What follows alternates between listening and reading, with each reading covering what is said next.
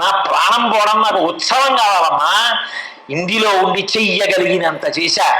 అమ్మయ్యా, ఇది బడలిపోయింది స్వామి, ఇది పతనం అయిపోతోంది, వచ్చేస్తున్నాను ఈ పాదపంజరంలోకని బ్రతికున్నంత కాలం శంకరాచార్యుల వారి మాట పట్టుకుని శివకేశవుల మధ్య భేదం లేకుండా బ్రతికినట్టుగాని చివర కూడా అటువంటి అభేద దృష్టితో నేను నారాయణ పాద పద్మములను స్మరిస్తూ శరీరాన్ని వదిలిపెట్టాలంటారు. అటువంటి స్థితి కలగాలంటే మనసుకి అభ్యాసం ఉండాలి. అభ్యాసం లేకుండా రమ్మంటే అకస్మాత్తుగా చచ్చిపోయే ముందు అజామీరుడికి వచ్చింది నాకు రాదా అంటే ఇట్లా వస్తుందని నమ్మకం ఏంటి? రాని వాళ్ళు కోట్ల మంది ఉన్నారు, వాళ్ళల్లో ఒకటి అవుతావేమో. సాధన చేయడం ఎందుకు? ఇప్పుడు చేసినది ఎక్కడికి పోదు, ఇది ఎప్పటికైనా కాపాడుతుంది, అందులో వచ్చిన నష్టం ఏం లేదు.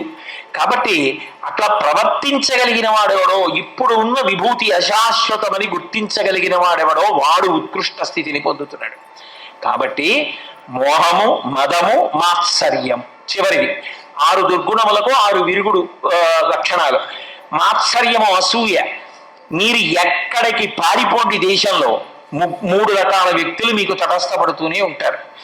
మీకన్నా శక్తిలో తక్కువ వాళ్ళు ఉంటారు, మీతో శక్తిలో సమానులు ఉంటారు, మీకన్నా శక్తిలో అధికులు ఉంటారు.